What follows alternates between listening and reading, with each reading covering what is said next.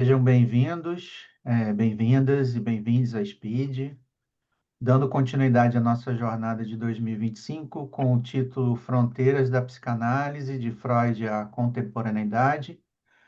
Eu sou Hudson Bonomo, sou membro titular da SPID, membro do Grupo Brasileiro de Pesquisa Sandor Ferenczi, sou coordenador das especializações em psicanálise da Universidade de Santa Úrsula e sou cofundador da Escola Psicanalítica da Escuta Periférica, junto com meu amigo e irmão Jário Carioca, que está presente hoje.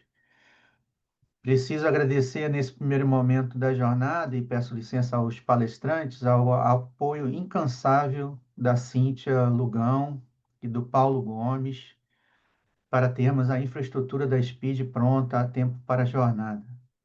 Sem eles seria impossível. Apresento agora os palestrantes dessa sessão, os quais eu tenho uma extrema admiração. O professor Bruno Campos, que é psicanalista, membro titular e professor na Sociedade de Psicanálise Iracy Doyle, membro do Grupo Brasileiro de Pesquisa Sandor Ferenczi, autor de artigos sobre psicanálise e arte. A proposta do professor Bruno, intitulada de Paradigmas do Pulsional, Ritmo e Crises, é apresentar a vocês uma alternativa a paradigmas clínicos, conteudistas, analisar o ritmo e frequência de crises, para além de supostos gatilhos, deflagradores ou articulações edípicas. Apresento também a vocês o professor André Avelar, que é psicanalista, membro titular da Sociedade de Psicanálise Iracy Doyle, membro do Grupo Brasileiro de Pesquisa Sandor Ferenczi, doutor em Teoria Psicanalítica pela Universidade Federal do Rio de Janeiro. A proposta do professor André, intitulada de Sobre a Reação Terapêutica Negativa, Ampliações, é pensar a reação terapêutica negativa ontem e hoje, tanto em seu aspecto teórico quanto clínico. Além disso, é tomá-la como índice para determinadas formas de violência oriundas da cultura contemporânea. Com a palavra, o professor Bruno Campos. Obrigado, Hudson.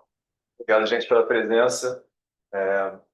Então, a gente está tendo o prazer de começar essa jornada, né? Super cheia de trabalho, né? E de inscrições, uma jornada, né, que já se anuncia como muito interessante, de trocas. A gente está aos pouquinhos tentando ampliar espaços também de conversa, a hora das perguntas ficar dilatada, aos poucos a gente vai conseguindo organizar isso, então hoje a gente vai ter um tempo de perguntas e respostas maior, né, depois que a gente puder falar, para poder ter uma troca que a gente gosta especialmente, né? Então, a coisa fica muito mais vitalizada. Então, queria começar esse trabalho tentando introduzir um pouquinho a inspiração de onde ele viria, né?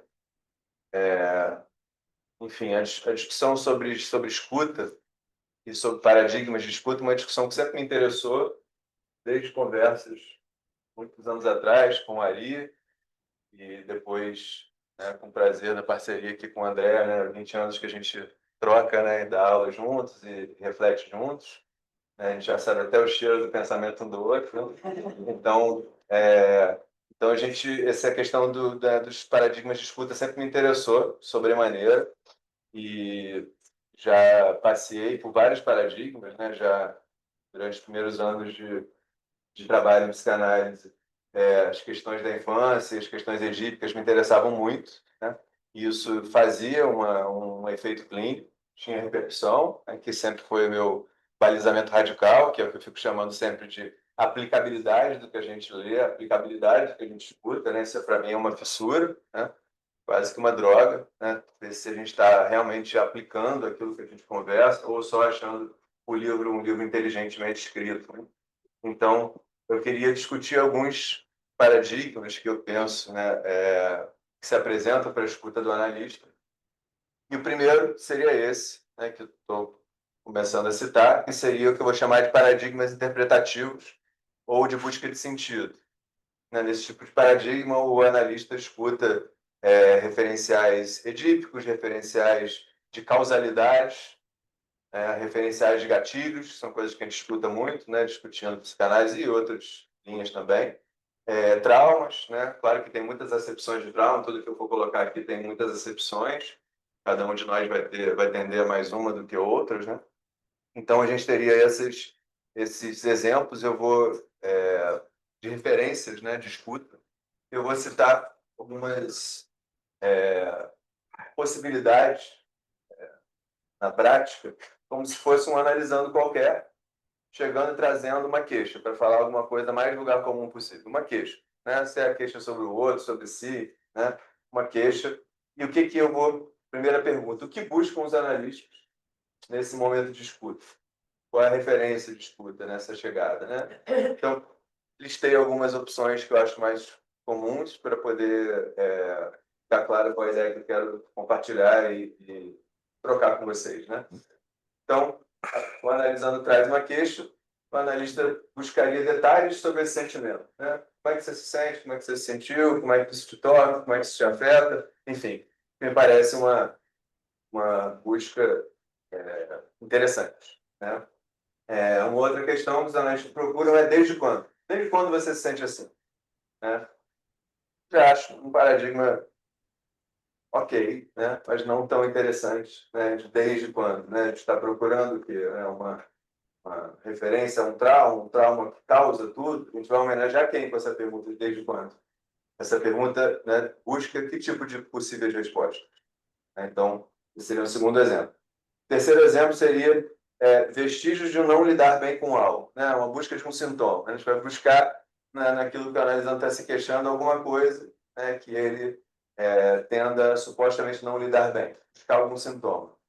Aí eu já acho que é uma busca pior, né, porque a gente já está enviesando, né, para alguma coisa que a gente vai teria que ralar muito para poder pensar o que é lidar bem, o que é não lidar bem, né? Lidar bem ou não lidar bem baseado em quê? Baseado em que ele está se queixando? Baseado no que a gente mais vezes vê ao longo da vida? Baseado em que valores eu vou dizer que ele lida bem ou não lida bem com alguma coisa, né? Poderia dar infinitos exemplos de vocês, outros tantos, né? Associações com a infância e o édio, né? É uma referência que para o Freud foi muito interessante, porque foi um dos principais caminhos, né? Uma das vias régias, né? Assim como sonho, ato falho, enfim. Então, os detalhes, né? Associações, associar com a infância, com o ético, eu acho que, de maneira geral, se torna um vício técnico, né? Não é que é algo ruim ou bom em si, como nada do que eu estou citando aqui é ruim ou bom em si, mas eu estou buscando indicadores e referenciais e problematizando, né, quais são os pontos de partida de escuta, né, que o analista já chega sem perceber que tende a umas escutas mais do que outras. Então, associar com a infância e o ético seria um vício técnico, porque eu considero que a livre associação seria um projeto ousadíssimo, nada simples, né? Aquela aula 1 da Faculdade de Psicologia, que ninguém nunca pergunta mais, porque parece que é a aula 1 e eu acho a aula mais difícil de todas, da livre associação. Então, acho que ir direto para a infância e ético é matar a livre associação. Porque se é livre associação, eu não tenho não tem como ter um lugar para ir direto, né? Uma via régia, né? Pode ter sido a primeira via por onde Freud chegou. Sonho, um ato falho, enfim. Mas se eu tenho uma via régia, eu já acho que eu posso estar criando uma fissura no conceito de livre associação, que é a base em toda a psicanálise, né? Para qualquer análise, né? Deveria ser. Então, uma outra possibilidade que a gente tem seria procurar cascas de banana, né? Ou seja, ao longo do caminho, por onde que o analisando foi tropeçando, né? Ele foi achando que toda vez que completasse um ano na empresa, ele ia ser promovido, ia receber um faz-me rir de 10% do salário, né? Então, essa casca de banana faz com que ele tenha um apriorismo, né, de já começar a ficar chateado quando vai chegando perto de um ano e ele acha que não vai ser promovido. Então, a busca dessas cascas de banana, ela tem algo de mapear a situação do analisando, mas acho pouco efetivo clinicamente. Acho que tende a ser. Claro que eu estou fazendo em tudo que eu estou falando, ainda uma generalização. No final, vou trazer uns fragmentos clínicos para ficar um pouco menos genérico, mas para poder ser algo geral para a gente conversar, teria que ser um certo tanto genérico, né? Uma outra possibilidade do analista seria equivocar certezas, né? Esse equivocar certezas, eu acho que já possivelmente é interessante, né? Porque se você vai percebendo que o analisando estrutura a estrada dele, né, a estrada de caminhar, através de uma certeza A, B, C ou D, se você equivoca a certeza, não diz que a certeza está errada e nem certa, nem melhor que outras, não substitui por outra mais inteligente, mais interessante, mas pensa que, enquanto certezas, todas deveriam cair, para que ficassem mais enquanto possibilidades, esse paradigma de escuta já acho que abre mais a escuta para a singularidade do que a maioria dos que eu estou colocando antes, né? Por último, ainda como o que eu estou chamando de paradigmas de conteúdo, tá? Todos esses que eu estou falando, estou nomeando como paradigmas de conteúdo. Esse último seria um clássico lacaniano, né, que seria a travessia do fantasma, que eu achei esse particularmente excelente. Ele é conteudista, por isso que eu não estou dizendo que um deles é em si melhor do que o outro, mas de maneira genérica eu acho que esse é excelente, porque na travessia do fantasma você propõe um mapeamento muito amplo. Que o fantasma seria como se fosse um teatro, uma tragicomédia da lógica de tudo que é de potente e de sofrido no analisando. Então, né, analisar a travessia do fantasma teria uma abrangência muito maior e apontaria muito mais para aquela travessia, né, para a montagem fantasmática do todo, né, do que as outras perguntas que eu me coloquei aqui, que eu propus para vocês. Então, esse último paradigma, eu acho ele mais... tende a ser mais abrangente, tende a ser mais potente, né? Na escuta, muito para além de se alguém se considera lacaniano ou não, isso é muito para além disso, não é esse o meu ponto. Aí, partindo para um segundo grupo de paradigmas, vou colocar paradigmas não conteudistas. Esses paradigmas, eu vou citar dois exemplos, que são meus preferidos, né, que seria o sentir com ferenciano. Então, no sentir com, eu estou chamando de um paradigma não conteudista. Então, Ferenczi se dispõe a sentir. Ferenczi se coloca, né, discordando do Freud em que a transferência negativa, por exemplo, dos afetos hostis ou de apaixonamento, ele discorda do Freud que esses afetos atrapalham a análise. Então, ele amplia a escuta, não é melhor nem pior que o Freud, mas nesse ponto específico ele amplia a escuta dele quando ele considera, né, que a transferência negativa não é atrapalhadora à análise, posto que se é livre associação, o analisando deveria vir raivoso, apaixonado, ou da forma que for, isso não poderia ter uma negatividade prévia, não poderia ter um a priorismo sobre se a transferência é negativa ou positiva, seria antipsicanalítico. Então, o conceito de transferência positiva e negativa, para mim, ele é antipsicanalítico. Isso veio do Freud, diferente, para mim não faz diferença, eu estou colocando um ponto de vista para conversar com vocês. Então, acho que o sentir com ele seria não conteudista, ele seria para além do que o analisando está trazendo em termos de fala ou de queixos, né? Ele contaria muito mais com o corpo do analista, né, para poder receber dessa forma, né, proposta pelo Ferenczi. E o segundo seria o terceiro analítico do Ogden, né, que eu considero que Ferenczi e Ogden, né, mais uma das relações malditas, né, mas que nasceram irmãos, mas foram separados, né, no leito. Então, assim como Freud renegando Nietzsche, enfim. Então, o terceiro analítico seria uma disponibilidade do par para que nasça uma terceira coisa e que não exclui as singularidades, que não exclui, esse analista analisando continuam existindo enquanto corpos separados, ou seja, é uma outra referência, né, diferente do campo transferencial, tem semelhanças, mas tem diferenças, né? Então, no terceiro analista tem essa terceira coisa que nasce, tem analista analisando que continuam existindo, não misturados. Então, nesses dois referenciais paradigmáticos, né, não conteudistas, né, que seriam o sentir-com do Ferenczi, o terceiro analítico do Ogden, a apresentação do analisando, né, eu já não chamaria mais de queixa, eu já diria que essa escuta, esse referencial paradigmático não é mais uma queixa, né? O Lacan fala muito bem, né? Queixa, questão e enigma, né? Quer dizer, os caminhos de uma análise, né, de maneira geral. Então, aqui, a gente teria que ou pensar a queixa de uma maneira muito mais expandida, explodir a ideia de queixa, para poder ela,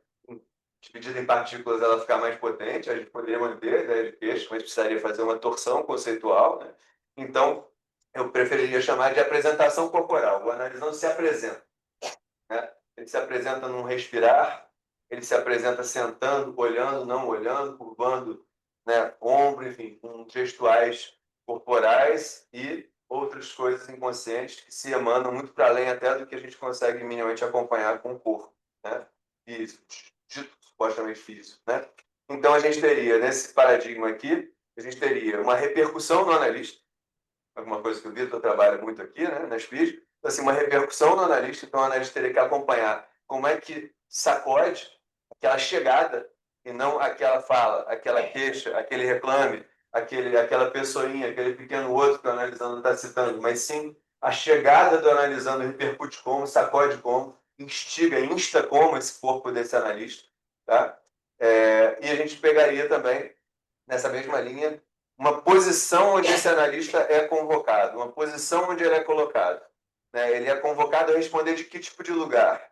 Daí eu não estou dizendo assim, o analisando está me olhando como se fosse o pai dele, eu não estou indo para essas representações edípicas, não. Ele se sente colocado a alguém que fala, alguém que cala, alguém que... Mil possibilidades, não é só acolhe ou dá limites, quer dizer, seriam possibilidades muito variadas. Na hora dos fragmentos a gente pode falar mais sobre isso. Então, ou seja, pegando a ideia de terceiro analítico, o que nasce no encontro? Né? Então, o analista estaria disponível a perceber o que nasce no encontro, usando ou não o conceito do Ogden, mas o que nasce ali. Né? Então, acho que tanto o Ferenc quanto o Ogden estão disponíveis dessa forma, e eu estou tomando isso como paradigma não conteudista. E aí, chegando finalmente na referência, né, central que eu quero propor, que seria o que eu estou chamando de pulsional.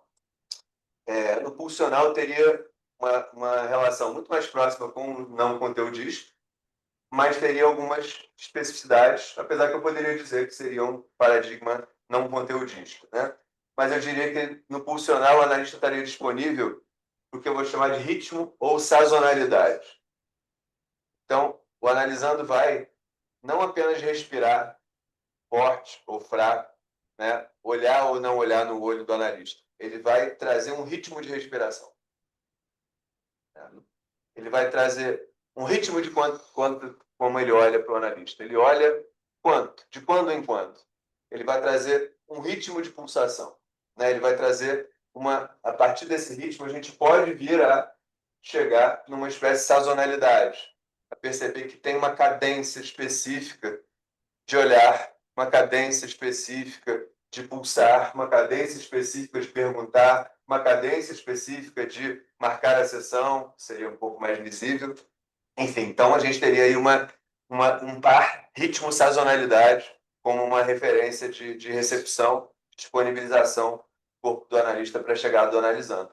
Então, nesse sentido, os conteúdos ficariam praticamente em segundo plano, que o analisando está falando fica praticamente em segundo plano. Não é que é sem importância, zero importância, mas fica muito subtraído em termos de relevância, né? Porque está sendo apresentado em termos de livre associação. Né? A história que está sendo contada, ela nem é incrível como o espancamento na infância e nem banal como pisei numa barata na rua, porque isso já pressuporia que a gente mataria em livre associação. Né?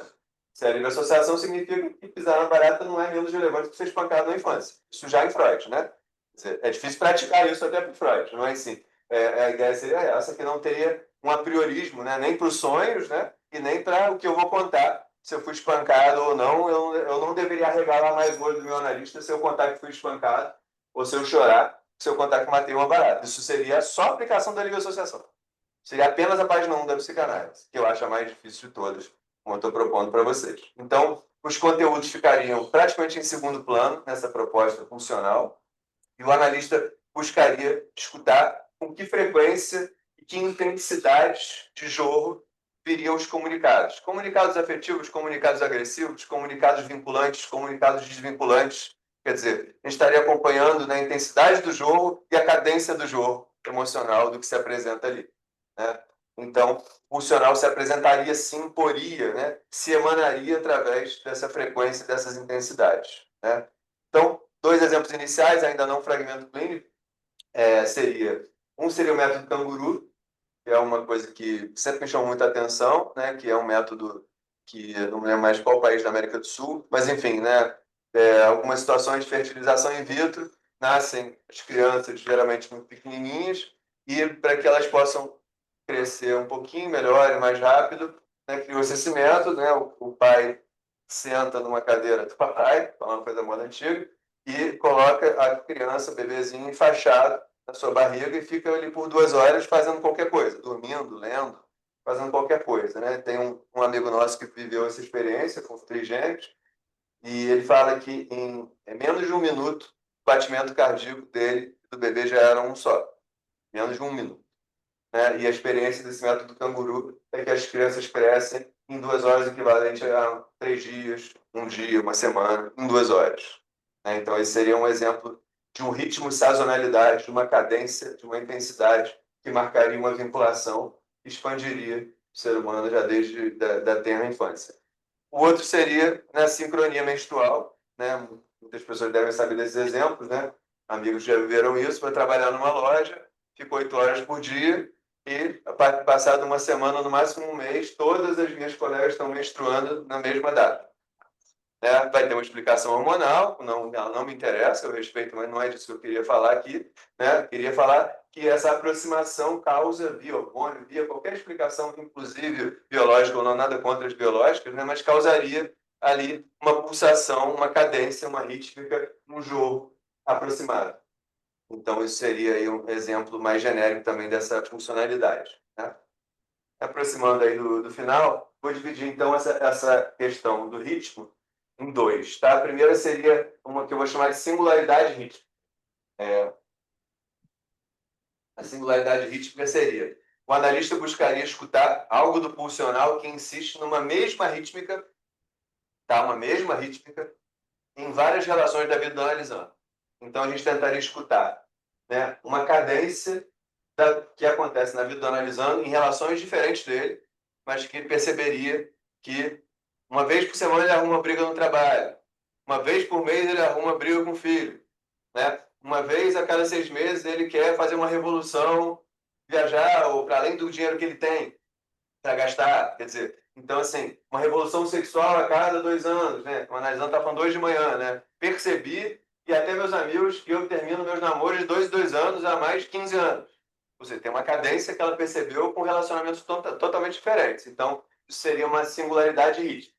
Esse corpo fala, o analista tenta dançar junto, dentro dos limites da sua disponibilidade, naquele encontro, naquele terceiro analítico, citando de novo o Ogden, né?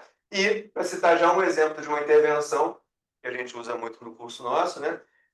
As interrupções do analista viriam a funcionar como demarcações temporais. Vou trazer um fragmento que vai dizer isso aí. Né?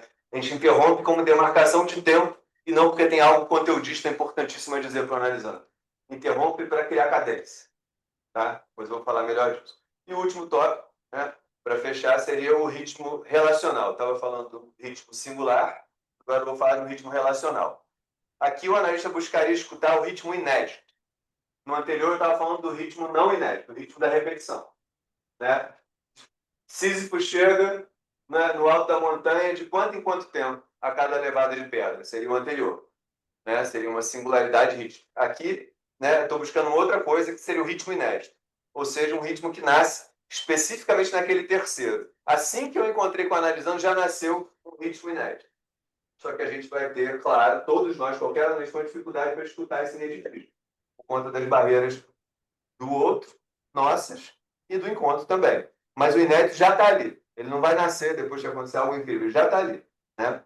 Então, a partir desse ineditismo, o par, né, o terceiro par, analista analisando, buscaria expandir os territórios, gradual e processualmente, acessíveis a essa nova lógica. Ou seja, a gente perceberia uma sutileza inédita, uma sutileza rítmica inédita, a gente buscaria gradualmente, processualmente, expandir os limites do inédito. A cada mini expansão dos limites do inédito, o analisando já está tendo uma conquista que não é nem mensurável por referências conteudistas. Foi promovido no trabalho, né, começou a namorar, se casou, essas coisas que, né, são referências, né, dos sonhos de consumo, né, mais lugar comum.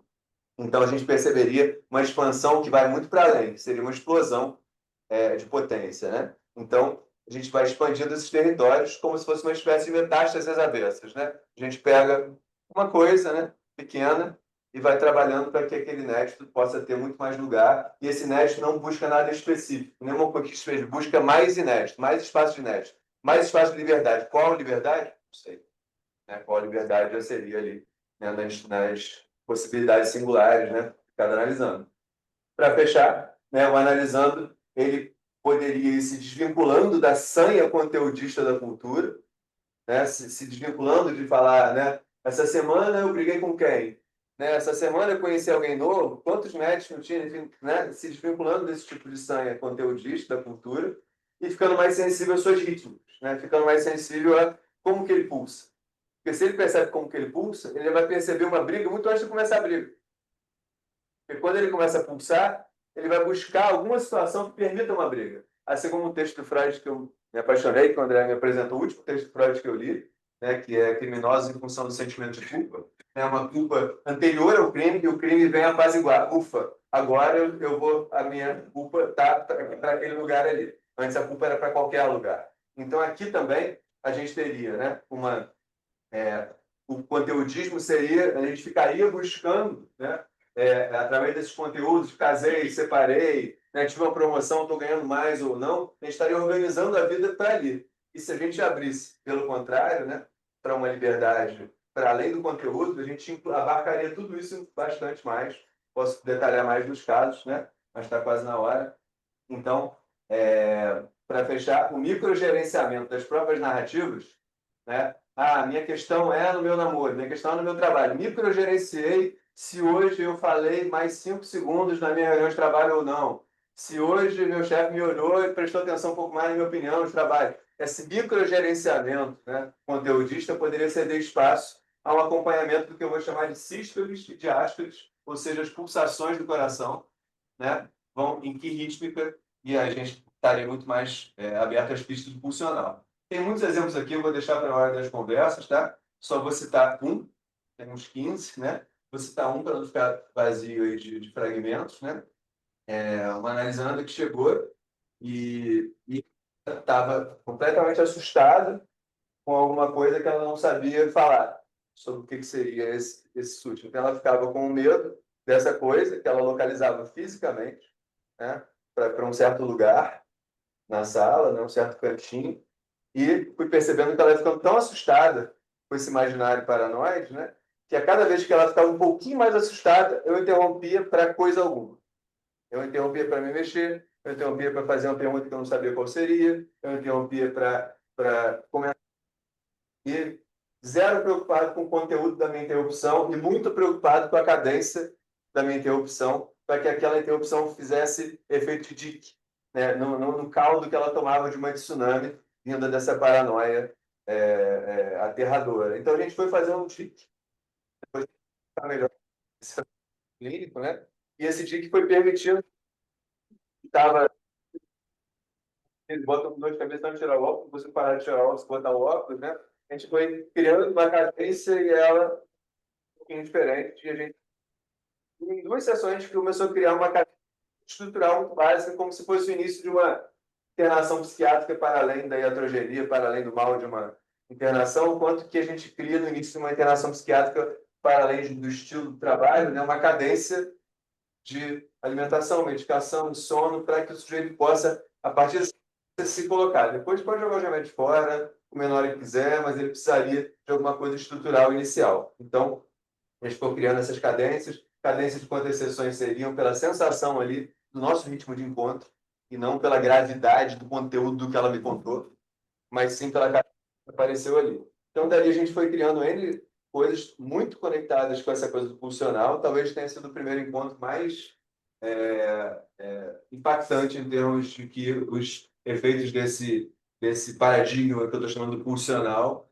permitiu que a gente fizesse em muito pouco tempo. Eu acho que todos os paradigmas que eu tinha anteriormente não me disponibilizariam tanta possibilidade clínica, né? Então, tem mais coisas aí, mas para a hora da conversa a gente fala mais. É isso, gente. Obrigado. Obrigado, Bruno, pela apresentação. Passo a palavra para a apresentação do professor André Avelar e abriremos as perguntas em seguida. André, a palavra está contigo. Obrigado, obrigado, gente, aí pela presença de todos vocês. Muito bom aqui estar na SPID presencialmente, muita alegria. Um abraço também para quem não pôde estar aqui, mas muito bom também estar com vocês aí online. Bom, eu queria tentar tentando dividir o meu trabalho em 3 partes. Não vou tentar também me deter no tempo, como o Bruno né, eficazmente conseguiu, né, excelentemente conseguiu. Não sei se eu vou conseguir, mas vamos tentar. Mas eu queria dividir um pouco, né, em 3 partes do meu trabalho e pensar, né, a ideia é que eu vou trabalhar com vocês, a ideia da reação terapêutica negativa ontem e hoje, é o título do meu trabalho, mas a ideia é que a gente possa, nessa primeira parte, né, conceituar rapidamente a reação terapêutica negativa, né, pensar na reação terapêutica negativa no contemporâneo, e nessa discussão sobre o contemporâneo, eu vou já fazer uma ponte da reação terapêutica negativa como uma espécie de índice, né, para determinados aspectos da cultura. Essa é uma outra questão que eu também venho trabalhando há algum tempo, como poder articular o sofrimento psíquico de cada época com uma denúncia a determinados aspectos desmentidos da cultura. Esse é um tema que eu vou falar. E, por final, pegar rapidamente, né, 2 casos clínicos, mas de modo muito sucinto, só para ilustrar uma vivência transferencial da reação terapêutica negativa e que tipos de narrativas e enredos essas experiências nos portam, tanto na ordem do geral como na ordem do particular. Mas, então, indo um pouco sobre a reação terapêutica negativa, né, o Freud vai trabalhar essa ideia de que ele vai descrever, eu diria que a reação terapêutica negativa talvez tenha sido o último grande fenômeno clínico teorizado por Freud, e que ele vai falar de a reação terapêutica negativa seria um apego ao sofrimento, um apego à enfermidade, né, onde o sujeito, ele, né, a reação terapêutica se expressa como uma radical incapacidade, o sujeito culpado, o sujeito se sente doente. Essa doença, que eu trato como uma incapacidade, ela encobre um sentimento inconsciente de culpa, e entendamos essa culpa não uma culpa referida ao Édipo, mas uma culpa referida ao retorno da agressividade ao eu, né? Um aspecto, né, digamos, tanático da culpa, e não um aspecto ligado à interdição da cultura. E esse aspecto, né, digamos, tanático, né, da agressividade, ele vai ser uma expressão, né, da reação terapêutica negativa, e nessa ideia, né, ou seja, o Freud ele vai até onde o Freud pode ir, ele vai dizer que, na verdade, o ódio a si mesmo, né, que seria o sintoma endereçado ao analista, teria que ser transformado, seria que ser tratado como uma derivação do ódio inconsciente ao objeto abandonador. Se é possível transformar o ódio, né, a si mesmo em ódio ao objeto abandonador, ao ódio ao objeto que traumaticamente se foi, o Freud vai dizer que o sucesso, né, ou seja, da terapia, da prática analítica seria brilhante. Do contrário, né, enfim, né, não haveria muita possibilidade. Mas Freud deixa uma nota de rodapé dizendo de que talvez é preciso que o analista se empreste mais para que determinadas experiências, né, terapêuticas possam se dar, né, no fenômeno da reação terapêutica negativa. Ao mesmo tempo, ele recua dizendo que isso é um tanto perigoso, é um tanto ainda, né, enfim, obscuro, e isso vai ficar para as próximas gerações. Inclusive, Freud, né, ele coloca que a reação terapêutica negativa seria a mais obscura e poderosa forma de resistência existente na psicanálise, que ficaria para as gerações futuras um desdobramento sobre a reação terapêutica negativa. E isso é um ponto importante, então, né, de que, na verdade, o futuro é hoje que estamos com as novas reflexões sobre a reação terapêutica negativa. Pontalis, ele vai trazer um tema bastante importante, que ele não vai pensar a reação terapêutica negativa como um sofrimento infligido em função né, do objeto ausente. Freud vai articular a reação terapêutica negativa com a melancolia por conta desse desamparo traumático, né, não um desamparo intrínseco, né, ao psíquico, mas um desamparo traumático, que é típico da melancolia.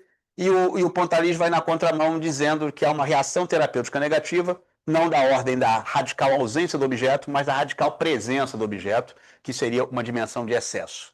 O corolário clínico, né, de Pontalis, né, ou seja, eu digo não ao outro como uma forma de sobreviver.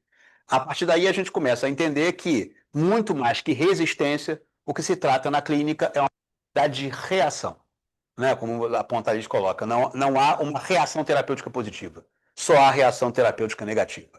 Então, tem um texto famoso de Pontalis chamado Não, Duas Vezes Não, onde ele vai dizer: o analista vai ser alvo, né, de uma reação, né? Ou seja, o analista ele vai ser tratado como aquele que ataca o analisando, e o analista ataca por quê? Porque ele existe.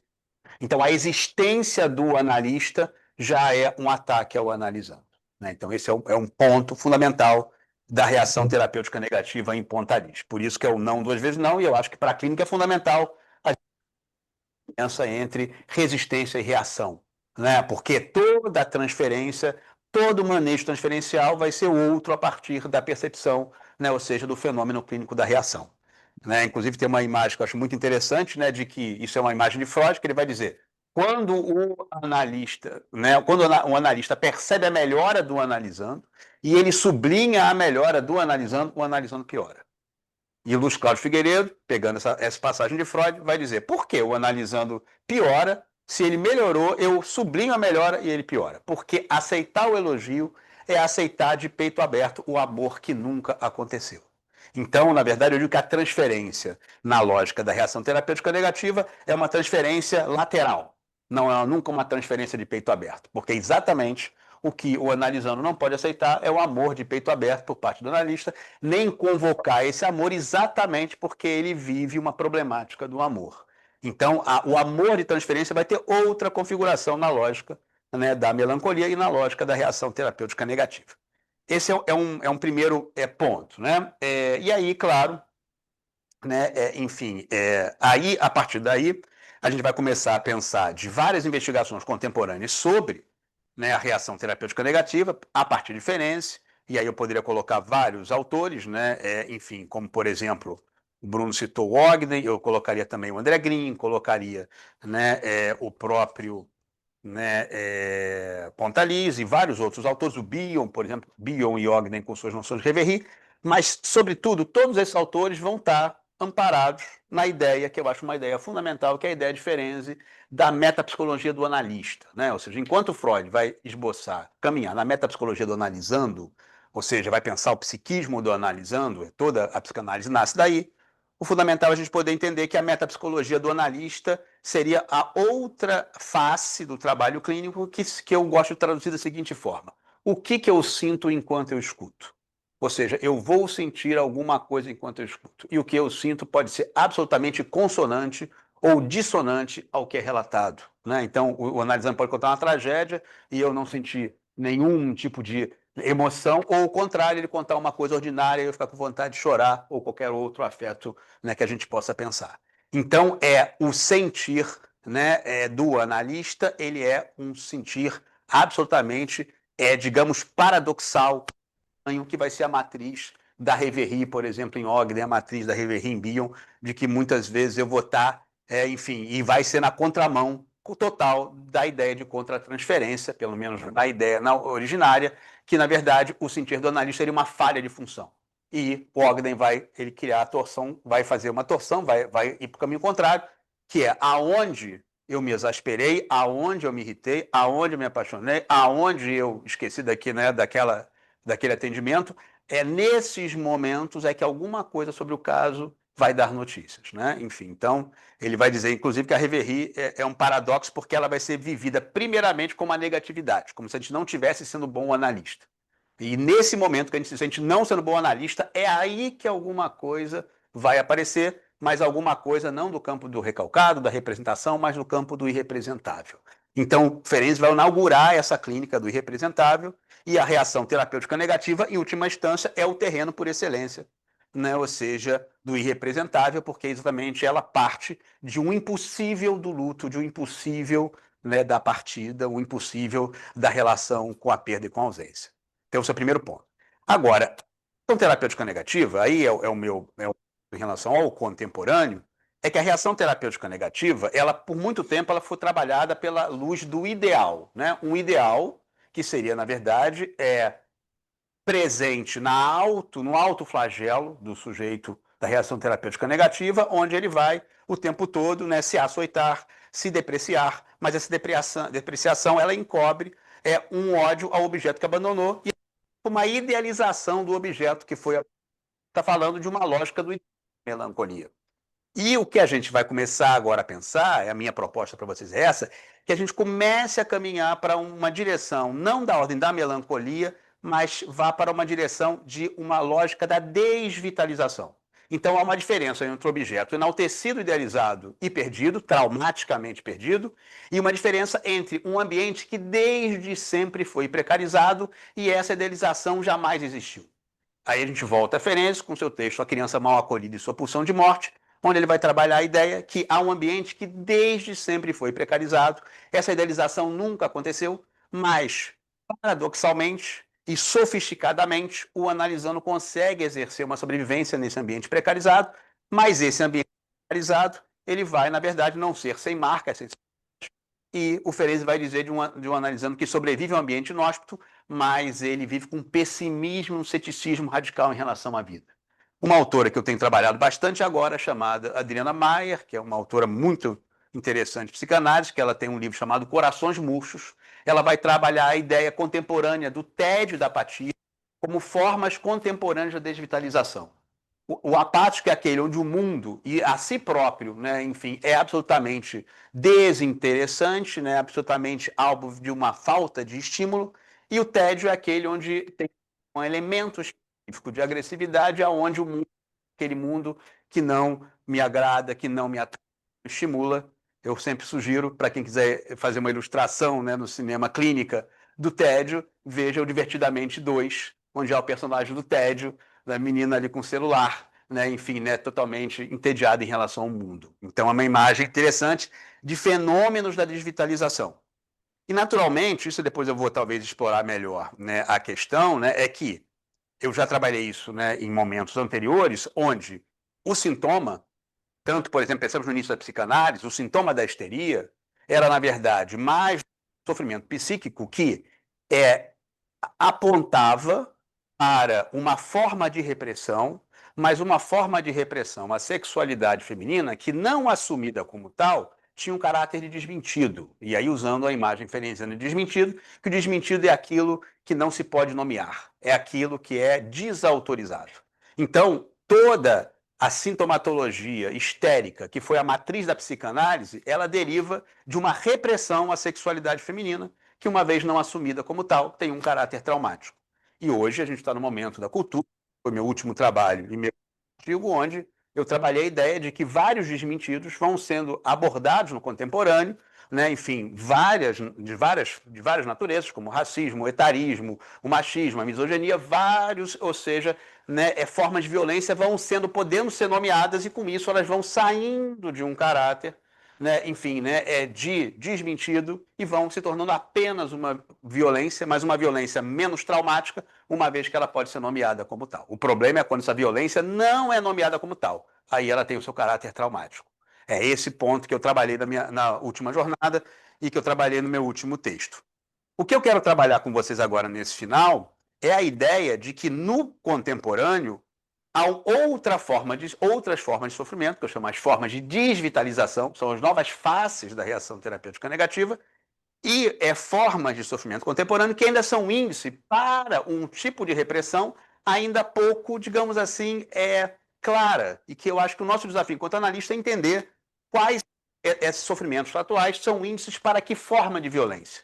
Esse me parece o grande campo, né? E aí eu vou pensar, a minha teoria hoje é que, na verdade, há uma certa forma de sofrimento psíquico, o sofrimento psíquico da desvitalização, que ela aponta para uma espécie de não lugar no mundo. Então, a ideia de um não lugar no mundo é uma primeira maneira embrionária que eu encontrei para teorizar sobre um certo tipo de narrativa que uma série de analisandos, que podem ser chamados de deprimidos, que podem ser chamados de casos limite, que podem ser chamados das mais variadas, né, categorias, mas eu estou pensando aqui de uma narrativa, que é uma narrativa da ordem que é uma denúncia de uma violência ainda não assumida como tal, e por isso ela tem ainda um caráter traumático, né? Enfim, como toda forma de violência, eu diria que ela primeiro tem um caráter traumático, para depois ser apenas uma violência, ser apenas uma repressão, né? É isso que eu acho o precioso do sofrimento psíquico de toda a época. Toda época tem um sofrimento que é bastante, né, digamos, né, numeroso, e esse sofrimento, ele, na verdade, denuncia aquilo que a cultura se furta a assumir. Essa, então, me parece um ponto fundamental, né? E aí... Mas você vê a engenhoca que eu fiz. Tem uma engenhoca aí na área. Tem uma engenhoca. Mas, enfim, depois a gente volta para a engenhoca. Né? Estou curioso com a engenhoca que ele fez. Mas vamos lá, depois nós voltamos à engenhoca. Né? Enfim, pensando aqui na engenhoca que eu estou descrevendo, né, voltando à minha engenhoca, eu vou agora entrar nos casos clínicos, depois a gente teoriza a engenhoca, mas de que tem dois analisandos que eu vou trazer aqui, também quero falar de modo muito breve, mas que é um analisando, né, que ele me passa uma coisa muito curiosa, e eu vou colocar de duas vivências transferenciais particulares. Eu me sinto completamente aprisionado, uma vivência transferencial, eu, enquanto analista, sinto completamente aprisionado, né, junto com ele numa prisão, e outro me sinto fora da prisão, mas vendo ele aprisionado e compadecido com o aprisionamento dele, quase como se ele me demandasse, me tira daqui. Né, uma expressão. Ou seja, eu estou, né, na prisão com ele, eu estou de fora, né, vendo a prisão e compadecido com esse aprisionamento. E aí, as vivências... Então, analisando, eu vou falar aqui bem rapidamente, né, ele fala de que ele, né, já tem quase 40 anos de idade, enfim, tem uma vida totalmente estacionada, né, ele começa, a narrativa que ele consegue falar sobre o aprisionamento dele de que ele nunca gostou muito do estudo, ele tem dificuldades no estudo, fez diagnósticos ao longo da... fez tratamentos, assim, consultas com médicos, nunca achou nenhum diagnóstico, como TDAH, alguma coisa, déficit de atenção, então ele nem encontrou esses álibis, né? Mas ele, na verdade, ele vai falando de uma vida, né, que está ali, na verdade, né, com um grande impedimento, mas é uma incompatibilidade entre a gravidade daquele impedimento, ou seja, a gravidade de uma vida totalmente estacionada, e a maneira como ele vai colocando. Ele diz, ainda não encontrei o que eu gosto, né, mas agora eu vou reitor, então isso vai ser muito bom para mim, porque agora eu gosto muito de falar com as pessoas, e eu me sinto, na relação com ele, na verdade, tão, digamos assim, impactado pela maneira absolutamente desimplicada em relação à condição dele, que eu me sinto como uma espécie de mensageiro do apocalipse, né, assim, com ele, né, dizendo, olha só, o que você está, na verdade, né, ou seja, o que você sabe sobre o que aconteceu na sua vida até então, para que esse novo projeto possa se dar de modo diferente. Aí ele fala, não sei, mas agora vai. Mas aí o que né, leva a você pensar que agora vai, já que não foi todas as outras vezes que você, ao mesmo tempo, fez a sua vida, fez faculdade, trabalhou, tentou, né, fez atividade, todas deram em água. Então eu me sinto com ele um mensageiro do apocalipse, né, ou seja, ali dizendo, olha... E aí ele fala, é verdade, né, eu tenho que ver o que aconteceu. E o que você acha que aconteceu? Ah, sei lá. Aí ele fala assim, tem que ver isso aí. Quando ele fala tem que ver isso aí, né? Ou seja, é quase ele dizendo assim, tem que ver isso aí, né? O governo tem que fazer alguma coisa, né? Isso resolva, assim não dá, ora bolas, né? Então é uma coisa tão desconectada disso. Inclusive ele falou assim uma vez, ele teve uma sessão que foi muito impactante para mim, que ele falou assim, como é que você está, né? Naquela vida completamente ali estacionada, nada da vida, nada acontecendo, nenhuma atividade, nada vínculo, amizade, nada. Ele falou, tô de boa, tá ótimo, fui para academia hoje, aí tô vendo um tênisinho aqui na televisão. Isso já era algum tempo já, né, daquela sessão. Mas você está vendo televisão enquanto você faz a sessão? Claro! Aí eu descobri que várias sessões, já há algum tempo, ele ficava fazendo e vendo televisão. Falei, bom, então a gente vai ter que aqui refazer, né, essa forma como a análise está correndo, porque você não vai poder ver televisão enquanto você faz análise. Né? É verdade. Então vou desligar, tá bom. Mas totalmente desimplicado, assim, né? Inclusive, me parece que tem alguma coisa de que ele, quando ele vai fazendo análise, fazendo assim no celular, né? Ou seja, né, parece que desligando uma janela ou abrindo uma janela, e eu tenho que várias vezes perguntar, mas você está me falando comigo? Você está vendo o que eu estou falando? Você está ouvindo? Você tem que interromper várias vezes. Pode falar. Né? Ou seja, então é alguma coisa que eu vou me sentindo num aprisionamento, num lamaçal ali com ele, né? E pela primeira vez, num momento, ele pôde falar de que algum medo que aparece em relação a determinados momentos da vida dele, quando ele vai fazer um exame, quando ele vai fazer alguma coisa ali, ele falou de que tem medo de fazer viver alguma experiência, aí eu coloco, né? Mas que você pode falar sobre esse medo? Esse medo tem alguma dimensão um pouco mais, né? Ou seja, se conecta com alguma outra coisa? Ele fala, não tenho nada a dizer, não sei, não faço ideia. Mas é essa aridez, então, e é um analisando que eu tenho que perguntar, como vários outros, né? Números, dizer assim, olha, como é que foi sua semana?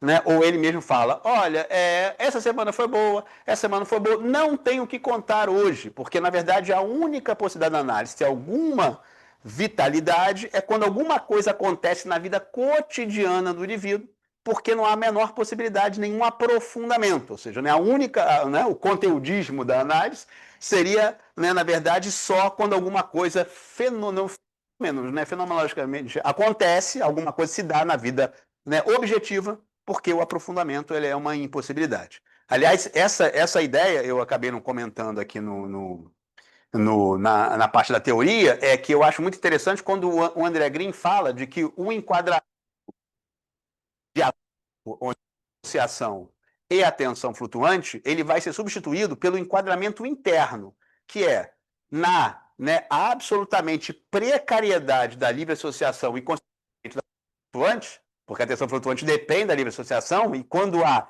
a aridez, né, ou seja, associativa é brutal, o que resta ao analista é poder funcionar a partir do enquadramento interno, ou seja, da sua capacidade de pensar, né, enfim, a análise. E pensar significa poder, como eu gosto de pensar, a uma série de atravessamentos transferenciais paradoxais e complexos. Nesse caso, eu estou descrevendo como um terrível aprisionamento.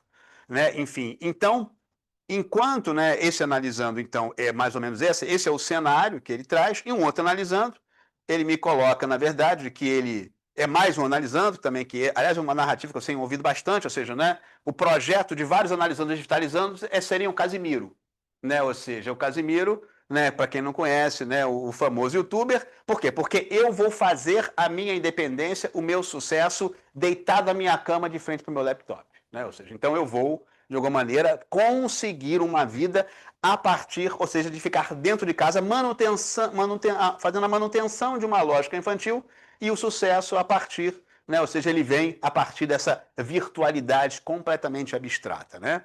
Enfim, né? Então me parece que é esse analisando também que ele falava, de que ele queria ser ele fala, né? Não, já ele fez uma faculdade, né? Os dois conseguiram completar a faculdade, mas ele foi muito difícil ele completar. Ele fez administração, aí falava que odiava a empresa, não queria fazer estágio, confusão, porque ele quase não conseguia se formar, porque não conseguia fazer estágio. E o sonho dele era ser, eu quero abrir meu próprio negócio, porque eu não quero ter patrão. Mas por detrás dessa narrativa bem comum, eu não quero abrir meu próprio negócio, eu não quero ter patrão, há uma impossibilidade de estar no mundo. E ele conseguiu até ter um negócio, mas um negócio onde ele conseguia fazer ali um negócio de vendas todo dentro de casa, porque toda a questão era poder estar fora de casa. Eu usei muito com ele a ideia do João Gilberto, né, pensando das fronteiras do ego sintônico e o ego distônico. Né? Eu digo, o João conseguiu, né, muitas vezes, ou seja, né, ser famoso no isolamento, em sua fobia, em seu aprisionamento, mas eu disse, mas no final da vida o João Gilberto estava recebendo dos jornalistas os seus vinis por debaixo da porta, porque ele não podia nem abrir a porta para as pessoas que iam até ele. Então, o momento em que aquele ego sintônico, ou seja, né, que momento aquela fobia, né, que o ego conseguiu incorporar, começou a ter uma dimensão absolutamente ali, né, precarizada e grave. Né? Então, esse é o grande ponto. Mas com esse, analisando, inclusive tem uma coisa do Bruno falou do ritmo, essa coisa do ritmo me parece muito importante, porque esse analisando que ele não suporta fazer análise toda semana. Né? Ele tem que fazer análise 15 em 15 dias, porque é insuportável estar com ele mesmo. Né? Enfim, inclusive quando ele viaja, né, assim, poxa, ficou um mês fora, podemos fazer agora, né, 2 sessões seguidas? Ele não consegue, tem que fazer, né, porque 2 sessões seguidas é insuportável para ele. Mas esse analisando, ele começou a conseguir fazer coisas, ele voltou a fazer esporte que ele não conseguia fazer há muito tempo, conseguiu ter uma relação amorosa que ele não conseguia há anos, ou seja, ele foi conseguindo realizar certas coisas, mas com muito sofrimento. A namorada chama para ele ver as amigas novas da namorada, mas ele não consegue ver porque ele fala, não, essas pessoas eu não conheço, então é muito difícil conhecer gente nova, enfim, né? Então ele vai com muito sofrimento, mas eu sinto que ele está lá, enquanto o outro totalmente aprisionado, né, com ele, num lugar absolutamente penoso e sofrido, né, enfim, que vai me causando um enorme sofrimento na transferência, com esse eu vou vivendo um compadecimento, como ele vai, cara, consegui sair um pouquinho, botar a cabeça de fora da areia movediça, mas eu ainda estou muito longe, né, e a gente vai sublinhando a cada movimento que ele consegue botar a cabeça de fora da areia movediça. Bom, gente, era mais ou menos isso. Estou pensando nessas ideias de uma desvitalização como, né, como experiências de uma, digamos, de uma vivência, né, psíquica muito marcada por uma precariedade, né, essa precariedade no sentido de um terrível isolamento, uma grande relação com o mundo de evitamento, né, e esses analisandos, nenhum dos dois, né, enfim, né, tiveram uma história infantil, né, ali de grande gravidade. Um deles, eu posso até depois ir para o caso, teve até uma questão mais um pouquinho complexa em relação ao intercurso familiar, né, mas tiveram ali, ou seja, não houveram experiências ali traumáticas de desamparo e abandono, nada disso, para a gente poder entender que essa deserotização não, ela implica obrigatoriamente, né, um quadro, né, enfim, né, de abandono objetivo, de precariedade social, amorosa, para que a gente possa estar, né, se deparando com esses casos na clínica. Bom, é isso, gente. Desculpe aí pela hora, mas muito obrigado. A gente vai conversar por aqui, tá? Obrigado, gente.